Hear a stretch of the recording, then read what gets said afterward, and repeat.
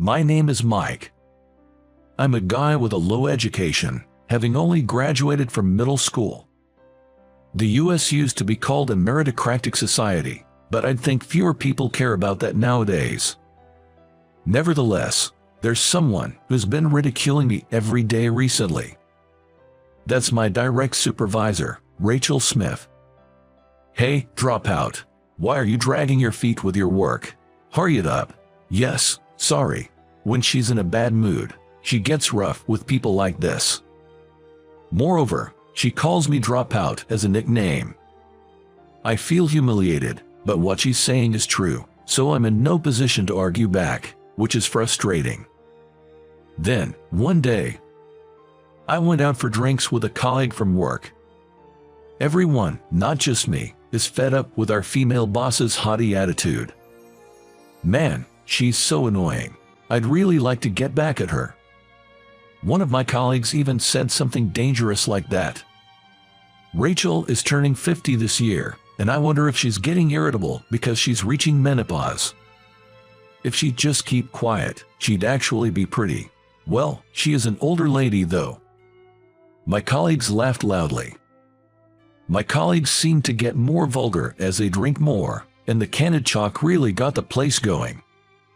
Indeed, Rachel is a beautiful woman with a good figure and a pretty face. She must used to be quite popular when she was younger. In fact, she married in her 20s and has one child. Well, I admit she's beautiful, but she has a difficult personality, I guess. I can imagine living with someone like that. If it's like the company atmosphere at home, she'd definitely be divorced by now. But Mike, you always get chewed out by Rachel. She mocks you with Dropout. It must really get to you, right? Well, yeah, but I'm used to it. I've been told enough times that Dropout is a degree for those who lack motivation. To relieve my stress, I just kept drinking. All right, let's hit the next spot. My colleagues were red in the face, putting their arms around each other and making a racket. We had a surprisingly good time, so we decided to go to a nearby bar. But at this point, they were pretty drunk and I couldn't help but wryly smile at the thought of whether they'd be okay. Excuse me, check, please. One of my colleagues took care of the bill, so I gave my bill to him and went outside for some fresh air. The cool night air felt good against my flushed skin. Maybe I'll go somewhere cooler. That's what I was thinking when I walked a little away from the bar. And then, bam!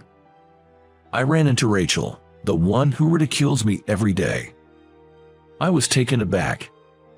Rachel was dressed nothing like her usual suit attire but in flashy clothes instead.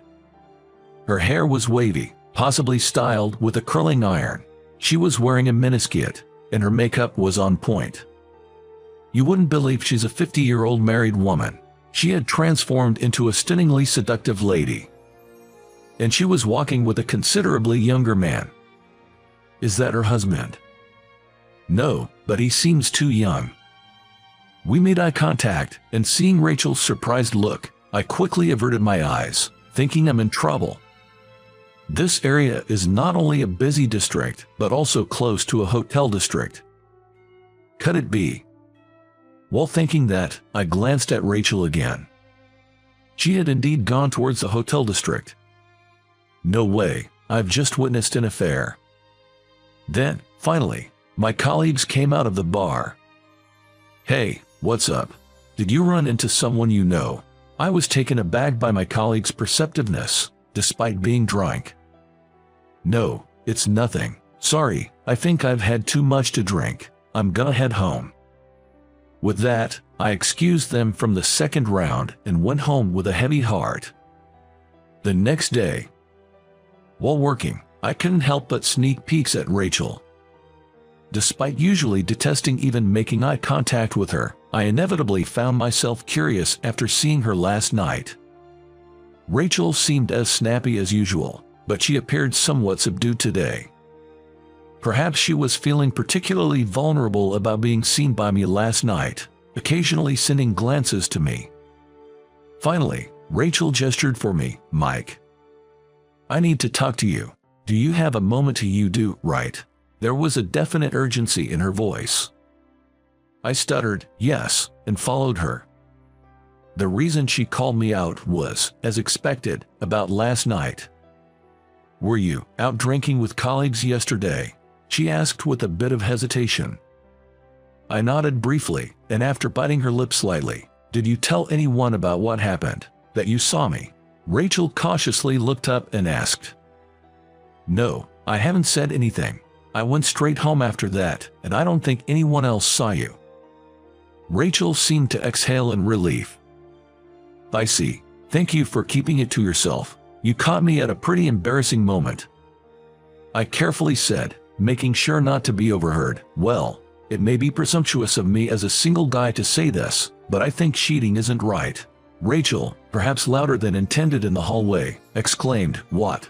I clarified, nervously, I mean, when I saw you with that man last night, I thought that's what was happening.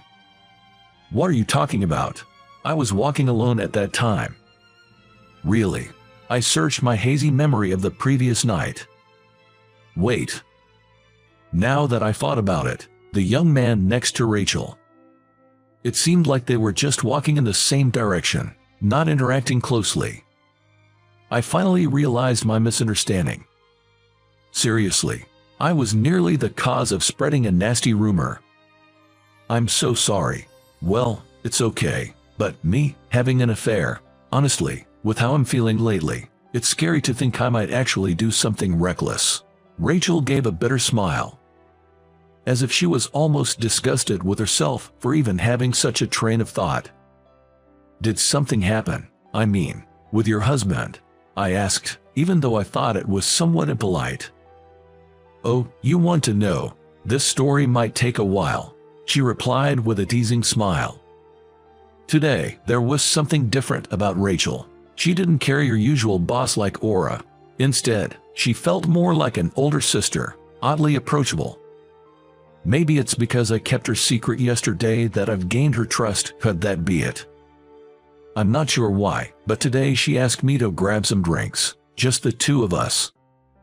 It turned out to be an evening where she shared her current harsh reality. I learned she is a former race queen and has some experience as a model. It made sense given her looks. She married a successful businessman. A fitting match for an ex-model. They were happy and blessed with kids. But then, abruptly, their happiness was threatened. Her husband had a brain hemorrhage and collapsed. He survived without life-threatening injuries but was left paralyzed on his right side, leading to a wheelchair-bound life. From that point, the Smith family's life has changed drastically. Rachel found herself doing more at home, like helping her husband dress and use the toilet. Despite being tired from work, she couldn't rest at home and ended up carrying a lot of stress without realizing it. That's why my daughter, seeing this, tacked to her dad's folks. They suggested I take a break and go out with friends, she explained. So, the reason you were heading to the hotel district that time was to go drinking with a friend? Yay, that's right. With a girlfriend, of course, but even though it was a break, I felt guilty for having fun while leaving my husband behind. Saying that, Rachel's face fell into a shadow. She shared her worries about her relationship with her husband growing sour. It seems his pride was hurt, having lived in front of the family as a main provider, and now being treated like an infant every day was making him short-tempered over little things. He's changed so much, he slams the table saying, I can do this much myself, and there was even a night I left him alone in the living room out of frustration. She said with a sad chuckle, then tears spilled from her eyes. I'm trying so hard, changing his diapers, lifting his heavy body into the wheelchair, laying him in bed, every single day, so why do I have to be yelled at? Rachel's voice was trembling. It felt like she couldn't hold back anymore. But I know he's the one who's truly suffering. He's only in his 50s, and now he's got a body that will never walk normally again, and he had to quit managing his company. It's understandable he's become self-destructive, and yet, I should be supporting him more as his wife. I just can't stand the fact that I'm not kinder to him. I feel like such a failure as a wife." She covered her face with her hands and broke down crying. Rachel, who always took pride and never showed her weaknesses, was now crying in front of me, a subordinate who she used to mock for being a dropout. Looking back, she invited me out for drinks. She must have been so cornered mentally that she invited me out for drinks just to vent, regardless of who it was. Rachel apologized to me, saying, "I've been such a terrible boss," regretting taking out her personal issues on everyone lately. I felt her pain acutely, and my desire to forgive her grew stronger. Caregiving is really hard. I also helped take care of my grandmother at home until she passed away, I said. When I mentioned that, Rachel looked up in surprise. I decided to share my past with her. Originally, I was quite good at studies. Good enough that my teachers suggested I go to a more advanced school. But that dream didn't come true, because my grandma developed dementia. It was just my grandma, my mom, and me living together. After my parents got divorced and we moved in with my grandma. She was always so kind. However, she changed a lot after a fall broke her leg and a long hospital stay. The doctor said she seemed to have developed depression. It didn't take long for her to develop dementia. She would scream loudly and try to leave the house despite not being able to walk far due to the lingering effects of her fracture. This stress of possibly causing trouble for neighbors or putting her own life at risk was immense. Especially after hearing news about a family that was held liable for an accident involving their relative with dementia, my mom became very anxious and would sometimes scold my grandma harshly. Watching the two who used to get along so well argue was hellish for me. Naturally, my mom reached her limit first. She was clearly worn out and looked like she might collapse at any moment. Seeing her like that, I decided to drop out of high school and start working. My mom objected, but I insisted, and ultimately, I prevailed. After that, my mom and I took turns taking care of my grandma while contributing to the household expenses. Thankfully, my mom's health improved, and my grandma passed away peacefully a few years ago. Now, we live a peaceful life. I didn't realize you've been through so much. You gave up your education for your family. What an incredible person. And to think I belittled you for being a dropout. I'm really sorry.